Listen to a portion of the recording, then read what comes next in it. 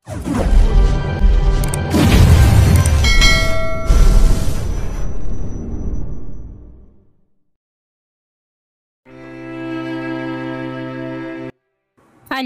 POV.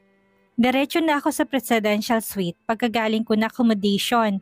Required sa aming lahat na kabisaduhin ng lahat ng silid at isa na ditong presidential suite. Pinasadahan ko ng tingin ang buong paligid bago ako naglakad patungo sa banyo para tingnan kung kumpleto ba ang mga toiletries. Mula sa bathrobe hanggang tsinelas, sinigurado ko na nasa ayos ang lahat. Siya ang may-ari ng beach resort na ito, kaya dapat lang na perfect ang lahat. Nang masiguro na perfect na ang lahat, nagpasya na akong lumabas ng silid. Babalikan ko na muna si Odessa sa kwarto namin matapos sabay na naming hahanapin si Madam Candy. Magpapakita kami sa kanya dahil nabanggit pala ni Agosto na kanina pa kami hinahanap ng supervisor namin. Yun nga lang, naglalakad na ako papuntang pintuan ng silid nang marinig kong pag-click ng lock ng pintuan ng kwarto. Natigil ako sa paghakbang, kasabay ng malakas na pagkabog ng dibdib ko. Shit, papunta na yata ang may-ari ng beach resort na ito at hindi niya ako pwedeng maabutan dito sa silid. Baka mapagalitan ako nang wala sa oras kaya sa taranta ko, dali-dali akong naglakad sa may bintana at nagtago sa makapal na kortina. Malaki ang suite na ito kaya hindi naman siguro ako mapapansin. Isa pa, medyo dim ang ilaw sa bahaging iyon kaya hindi naman siguro ako makikita.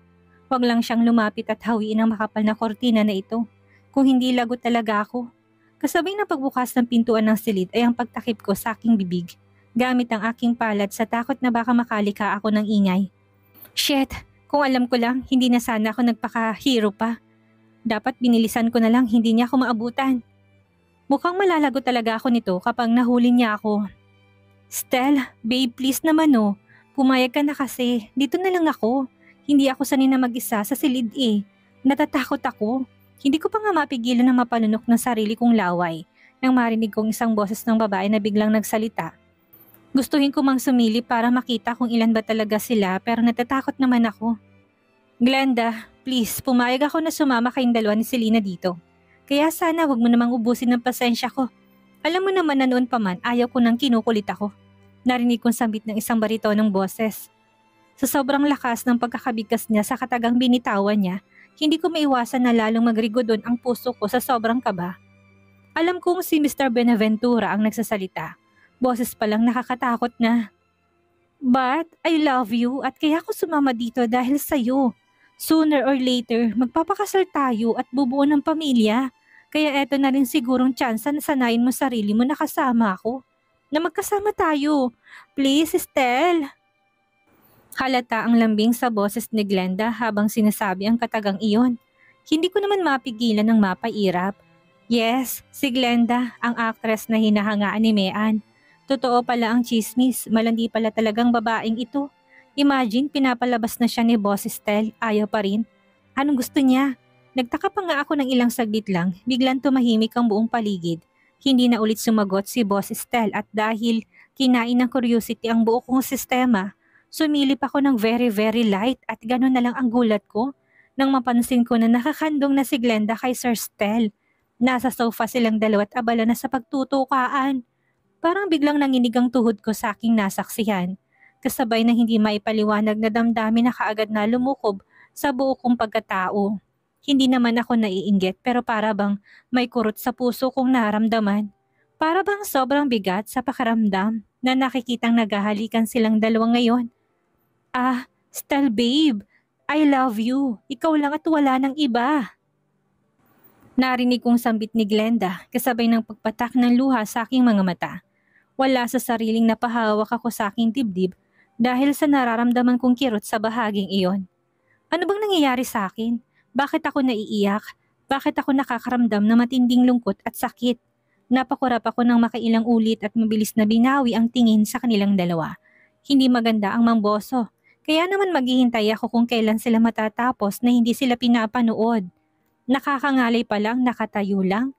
Kaya naman dahan-dahan akong dumaos-dos pa upo. Nakatalungko akong nakaupo habang patuloy kong pinapakalmang sarili ko. Ano to? Ano bang iniiyak ko? Hindi ko sila kilala para magkaganito ako. Ano ngayon kung naghahalikan sila? Ano ngayon kung masaya silang dalawa sa ginagawa nila? Wala na dapat akong pakialam pa dun eh. Hindi ako dapat masaktan ng ganito. Wala sa sariling napatakip ako sa dalawa kong tenga gamit ang dalawa kong kamay nang marinig ko na ang mahinang pag-ungol ni Glenda. Ang tunog ng kanilang halikan ay parang isang punyal na bumabaon sa puso ko. Estelle, yes, yes! Narinig kong halinging ni Glenda. Mariin kong naipikit ang aking mga mata kasabay ng pigil kong paghikbi. Hindi naman ako naiinggit eh, pero bakit masakit? Bakit ayaw papigil ng luha sa aking mga mata? Wala sa sariling napatayo ako't muling sumilip. Ganun na lang ang gulat ko nang mapansin ko na pareho na silang walang saplot, habang pareho silang nakalikod sa gawi ko. Stell, shit, nakaka-addict ka!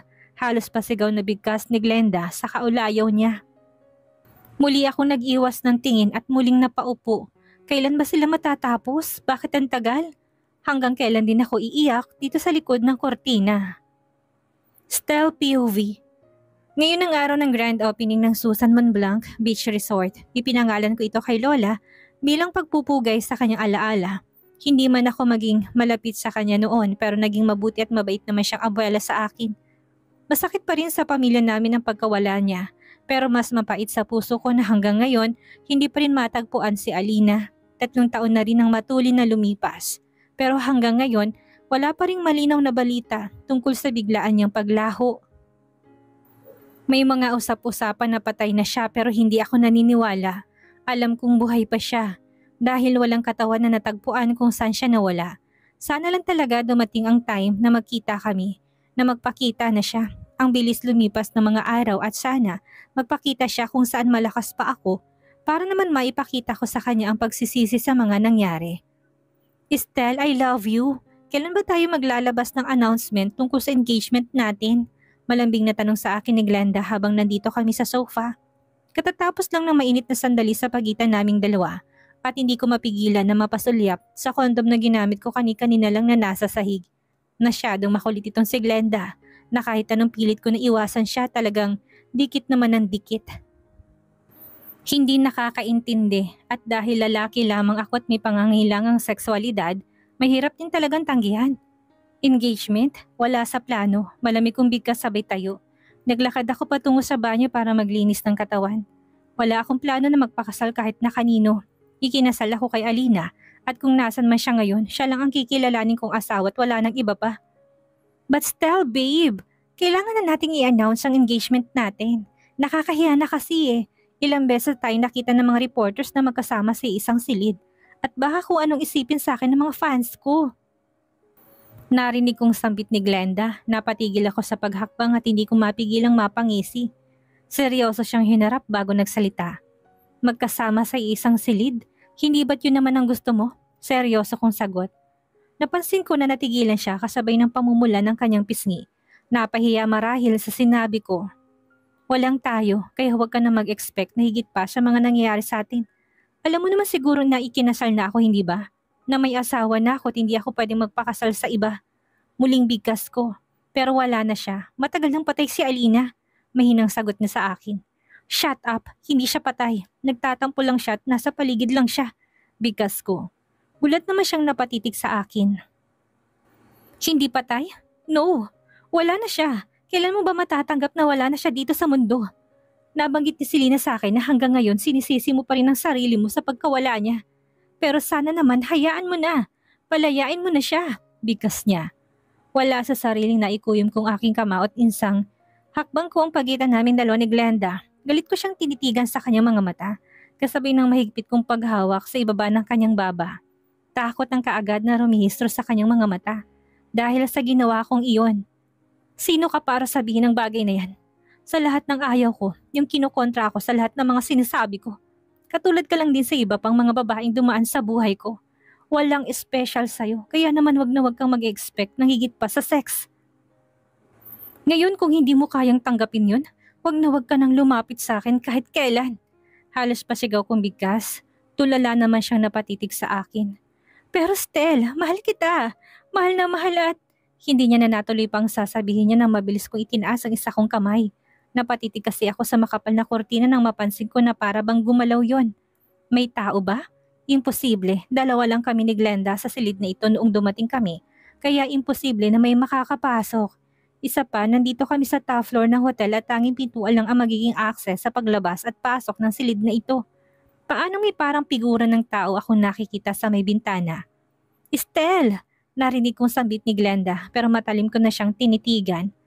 Mabilisan kong isinuot ang aking boxer shorts at puting t-shirt bago ko dinampot ang dress ni Glenda na nasa carpeted na sahig at inihagis sa kanya. Magbihis ka na at lumabas ka na dito sa silid. Seryosong bigkas ko habang hindi ko inaalis ang pagkakatitig ko sa makapal na kortina. Kating-kating ng paa ko nalapitan yon, kaya lang gusto ko munang isuot ni Glenda ang damit niya. Kahit papaano ay may respeto pa rin naman ako sa nakabuyang-yang niyang katawan. Pero, hindi na tayo magtatalik? Dati namang hindi ka nakontento sa isang. Hindi niya na natuloy pang sasabihin niya nang matalim ko siyang titigan. Shut up! Magbibihis ka ba or sisirain kong damit na yan at maglalakad ka sa hallway mamaya ng hubot-hubad? Mamili ka lang. Bigkas ko. Natigilan naman siya at para bang takot na takot na kaagad niyang isinuot ang kanyang damit. Pagkatapos niyang gawin iyon, parang wala lang na naglakad ako patungo sa may bintana. Tumayo ako sa maharap na makapal na kortina at walang sabi-sabing malakas kong hinawi yon. Anak ko, sorry po. Narinig kong kaagad na sambit ng isang boses sa babae. Nakayuko na siya at hindi ko kita ang kanyang mukha pero para bang may kung anong bagay ang biglang tumatak sa isipan ko. Ang kanyang boses. Yes, napaka-familiar ng boses niya. Kaya wala sa sariling naiangat kong aking kamay para sana hawin ang kanyang buhok na nakatakip sa kanyang mukha dahil nakayuko siya.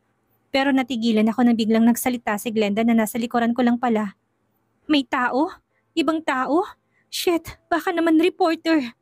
Tama, reporter ka ba?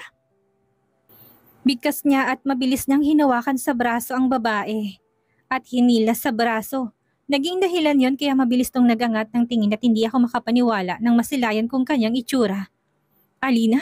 Gulat kong bigkas. Hindi po ako reporter. Narinig kong sambit ni Alina pero mas mabilis ang galit na rin na si Glenda. Nakita ko na lang na malakas niya nang nasampal si Alina na siyang dahilan kaya naman natumba ito sa sahig habang sapo ang kanyang nasaktang pisngi. Galit ko naman na kaagad na hinarap si Glenda. Anong karapatan niya para saktan ang babaeng matagal ko nang hinahanap? Anong karapatan niyang saktan ang babaeng matagal ng laman ng mga panaginip ko? Anong ginawa mo? Anong ginawa mo? Out! Get out! Nalilisik ang mga mata sa galit na sigaw ko kay Glenda. Gulat na napatitig naman siya sa akin. Estelle, mas kinakampihan mo siya kumpara sa akin? Binusohan niya tayo kay dapat lang na siyang kastiguhin mo, gate ni Glenda. Hindi po, hindi ako namboboso. Isa po ako sa staff ng beach resort na to at kaya ako nandito sa silid dahil dinouble check ko kung kumpleto na po yung lahat. Hindi po ako. Hindi niya na natuloy pang sasabihin nang mabilis akong lumapit sa kanya at inilahad ang aking kamay. Tumayo ka na dyan, huwag kang matakot. Hindi ko nahayaan pa ang kahit na sino nasaktan ka. Mag-usap tayo. Mahina akong bigkas. Napansin kong nagangat siya ng tingin kaya naman mas lalo ko nang natitigan ang kanyang mukha. Mr. Venaventura, pasensya na po talaga kayo. Hindi ko po talaga sinasadya. Promise po wala po akong nakita. Hindi ko po kayo pinanood sa... Hindi niya na natuloy pa ang sasabihin niya. Nakikita ko sa mga mata niya ang hiya na hindi makatitig sa akin. Hindi ko naman maiwasan na magtaka. Mula sa mata, ilong, hugis ng muka, pati timbre ng boses at mannerism, hindi ako maaari magkamali. Si Alina nga, pero bakit ganun? Bakit parang hindi niya ako kilala? Alina, saan ka ba galing itong mga nakaraang taon? Mahina akong tanong sa kanya. Alina? Hindi na natuloy pang sasabihin ni Glenda nang matalim ko siyang pinukol ng tingin. Hindi maganda to. Nakita ni Alina ang nangyari sa amin ni Glenda kani-kanina lang at tsak ako na mas lalo kong kamumuhian nito. Hindi po ako si Alina. Angie po ang pangalan ko, sir. Narinig kong nahihiyang sambat ni Alina. Muli ako natigilan habang mataman kong tinitigan ang kanyang mukha. Baka naman nagkamali ka lang, Stell.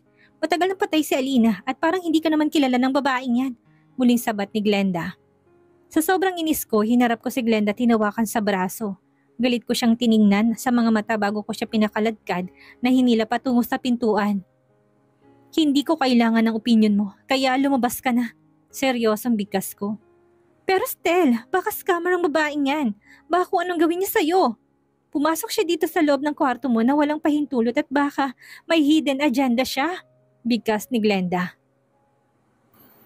Hindi ako isang paslit para sabihan mo pa sa akin ng tungkol sa bagay na yan. Sinampal mo kanina si Alina at hindi ko din mapapalagpas yun. Galit kong sagot sa kanya at mabilis na isinara ang pintuan ng kwarto. Sinigurado ko pang nailak ko pa iyon para hindi na makapasok si Glenda dito sa unit na to. Ang sakit na rin sa ulo ng babaeng yun. Napakakulit. Muli ako naglakad pabalik kay Alina pero nagulat na lang ako nang wala na siya sa kanyang kinaroroonan. Biglang kinain ng matinding takot ang puso ko bago ko inilibot ang tingin ko sa paligid. Alina! Alina! Natatakot kong bigkas habang patuloy kong sinisipat ng tingin ng paligid. Sir Stel, bakit po? May iba po ba kayong kasama dito sa silidliban kay Miss Glenda? Narinig kong sambit niya mula sa likuran ko, kaya mabilis ako napaharap sa kanya. Walang sabi-sabing naglakad ako palapit sa kanya at mahigpit ko na siyang niyakap. Kanina ko pa sana ito gustong gawin sa kanya, kaya lang nakakarindi kasi talaga ang boses ni Glenda eh. Saan ka ba galing? Ano bang nangyari sa'yo? Kay tagal ka naming hinanap, alam mo ba yon? Bigkas ko. Hindi ko na napigilan pagpatak ng luha sa aking mga mata. Ngayong nandito na siya, hindi na ako papayag na muli siyang mawalay sa akin. Po? Ano pong ibig niyo sabihin? Sino po si Alina? Narinig kong nagtataka niyang sagot. Naramdaman ko pa nga na pilit siyang kumakawala sa akin kaya naman wala na akong choice kung hindi bumitaw. Namuna sa pagkakayakap ko sa kanya. Matiim ko siyang tinitigan sa kanyang mga mata at kitang-kita kong pagtataka na nakaguhit doon. Hindi naman ako makapaniwala. Galit ka ba sa akin kaya kunwari hindi mo ako kilala? Nakangiti kong sagot. God, sa nakalipas na mga taong hindi ko siya nakasama, lalo pa siyang gumanda. Hindi na siya maputing-maputi ngayon kagaya ng dati pero mamula-mula naman ang kanyang balat. Siguro dahil sa temperature ng beach resort na ito. Hindi po sir, hindi po talaga kita kilala. Puno ng pagtatakang sagot niya sa akin. Wala sa sarili na patitig ako sa kanyang mga mata. Mukhang hindi naman siya nagsisinungaling. Hindi niya ako maalala. Bakit? Paano nangyari to? Nakita ko sa mga mata niya na para bang isa akong estranghero sa paningin niya. Ano ang ginagawa mo sa beach resort na ito? Mahina kong tanong sa kanya. Pigil ko sarili ko na muli siyang yakapin at ipadama sa kanyang presensya ko. Ang pagsisisi ko. Nagtatrabaho po. Isa po ako sa taga-housekeeping at ako po ang naka-assign dito sa suite na ito, sir. Naku, malalagot ako nito kay Ma'am Candy. Kapag malaman niya na ito kaya sana wag niyo po akong isusumbong sa kanya. Ayaw ko po kasing masasanti na hindi pa sumasahod. Ramdam ko ang hiya sa boses niya habang sinasabi niya ang katagang iyon. Kaya naman hindi ko mapigilan ng matawa. Nagtatrabaho? Paano pa natutong magtrabaho ang isang Alina na simula bata pa hanggang sa lumaki? Namuhay na prinsesa at pinagsisilbihan? Pabiro kong sagot sa kanya. Hindi naman nakaligtas sa paningin kong gulat na kagad na rumihistor sa mga mata niya. Confirm, kailangan kong alamin kung anong nangyari kay Alina sa nakalipas na mga taon. Bakit wala siyang maalala? Bakit hindi niya ako maalala? Sorry po sir. Hindi ko po alam ang sinasabi niyo. Hindi ko po maalala. At lalong hindi ko po alam na ako pala si Alina. Narinig kong bigas niya na labis kong ikinagulat.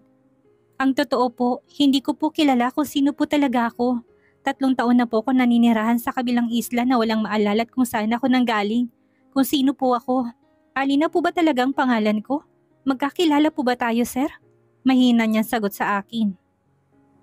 Hindi ko maiwasan na makaramdam ng awa sa kanya. Kitang-kita ko kasi sa mga mata niya na naguguluhan siya. Wala siyang maalala. Kung ganun, hindi niya nga ako kilala at lalong hindi niya naalala ang mga nangyari noong huling magkasama kami. Hindi ko alam kung matutuwa or malulungkot ba ako sa isiping nagka-amnesia siya. Kung naalala niya lang siguro mga nangyari noon, baka kamuhian niya ako. Baka hindi niya ako kakausapin ngayon. Baka layuan niya na din ako ng tuluyan. Well, may good side din naman pala ang pagkakaroon niya ng amnesia. Malaya ko siyang makakausap na hindi siya natatakot sa akin. Kwento sa akin ni Lola Tasing, nakita daw nila ang walang malay kong katawan sa dalampasigan. Iniisip nila na baka kasama ako sa pasahero ng barko na lumubog noon. Basta po nagising na lang ako na hindi ko na alam kung sino ako. Liban sa sugat sa ulo at paa, wala naman na silang nakitang iba pang bugbog sa katawan ko. Muling wika niya. Ikaw si Alina, kilala kita. Kilalang kilala kita. Mahinang sagot ko. Kilala niyo po ba talaga ako? Kung ganoon, sabihin niyo po sa akin, may pamilya pa po ba ako? Mga magulang, mga kapatid, meron ba? Naramdaman ko ang excitement sa boses niyang tanong sa akin. Hindi ko naman mapigilan ang mapangiti. Pamilya, mga magulang? No, wala ka na noon. Pero halos magkasama tayong lumaki, Alina. Seryosong sagot ko. Magkasama? Ibig mo sabihin, close tayo? Nagtataka niyang tanong, hindi ko naman mapigilan ang muling mapangiti. Kinikilig ako kapag naalala ko na minsan ko siyang naging kalaro at kaibigan noong mga bata pa kami. Yes, very close. Sobrang close na higit pa sa inaasahan mo. Nakangiti ko sagot sa kanya. Nagtatanong ang mga matang tumitig siya sa akin. Halatang naguguluhan talaga siya sa sagot ko. Ano po ang ibig niyo sabihin? Paanong closed? Gaano tayo kalapit sa isa't isa? Nagtatakang tanong niya. Dahil asawa kita. Mag-asawa tayo, Alina. Nakangiti ko sagot sa kanya. Kitang-kita kong gulat na kaagad na rumihistro sa mga mata niya habang titig na titig siya sa akin. Yes, for the first time in the history. Tinitigan ako ni Alina ng higit pa sa inaasahan ko. Wari ba inaarok niya kung nagsasabi ba ako ng totoo or hindi? Anong sabi mo? Asawa? Asawa mo ako? Mahinang tanong niya sa akin. Mula sa pagkakaupo dito sa kabilang sofa, tumayo ako at naglakad palapit sa kanya. Lumuhod sa harap niya at tinawakan ko siya sa kanyang kamay. Yes, mag-asawa tayo. Bago ka nawala, ikinasal tayo, Alina. At ngayon nandito ka na, hindi ko nahayaan pang mawala ka sa akin. Seryoso kong sagot sa kanya. May asawa na ako? Paano nangyari yon? Naguguluhan niyang bigkas. Hindi ko naman maiwasan na makaramdam ng lungkot. Parang sa tono ng boses niya kasi ngayon, hindi niya tanggap na mag-asawa kami. Sa bagay, fixed marriage pala ang nangyari kaya hindi nakakapagtaka yun. Wala siyang feeling sa akin noong ikinasal kami kaya siguro ganito na lang ang naging reaction niya. Hindi niya ako kilala at lalong hindi ako kilala ng puso niya. Shit, kahit na nawalang memory niya, hindi ba siya attracted sa akin? Sa dami ng mga babaeng naghahabol sa akin, mukhang sa sarili ko pang asawa basta ang kapugian ko ha. May amnesia ka hindi ba? For sure wala kang maalala pero nagsasabi ako ng totoo, Alina. Asawa kita. Mag-asawa tayo dahil ikinasal tayo. Nakangiti kong sagot sa kanya. Mag-asawa? Kung ganun, ako yung tinutukoy sa mga balita na asawa mo na matagal ng patay? Kaya ka nakipagrelasyon kay Glenda Landico? Seryoso niyang tanong sa akin. Sabay hila sa kami niyang hawak ko. Hindi naman ako makapaniwala na napatitig sa kanya. Paano niya nalaman ang tungkol sa balitang ito? Kahit ba may amnesia siya, updated pa rin siya sa mga nangyari sa paligid. Lalo na sa buhay ko. Wala yun, hindi totoo yun. Bigkas ko sabay iwas ng tingin sa kanya. Aminado kong guilty ako and worst, nakita niya kaming dalawa ni Glenda na nagtatali kanina. Kung kanina pa siya nakatago sa likod ng kortina, tsaka kung nasaksihan niya lahat-lahat iyon at mukhang malalagot ako. Hindi totoong may relasyon kayong dalawa ni Glenda Lanchico? Ibig bang sabihin nagsisinungaling siya? Mali ang binitawan niya salita sa isang article sa magazine? Muling tanong niya sa akin. Napansin ko pa nga ang sobrang pagiging seryoso niya kaya naman muli ko siyang hinawakan sa kanyang kamay. Kalimutan mo nang tungkol sa bagay na yan. Ngayon nandito ka na. Hindi na ako titingin sa iba. Iiwasan ko na rin si Glenda. Nakangiti kong sagot sa kanya. Huling-huli niya ako sa akto kaya dapat lang talagang magpakumbaba ako. Isa pa sa dami ng kasalanan na nagawa ko sa kanya noon. Wish ko lang na sana wag niya akong kamuhian. Kung ganun, paano ako napadpad sa barko? Kung mag-asawa na tayo noon pa, ibig bang sabihin naglayas ako? Sumakay ng barko at nasunog ang barko na sinakyan ko hanggang sa napadpad ako dito sa isla? Hindi mo ba ako hinanap?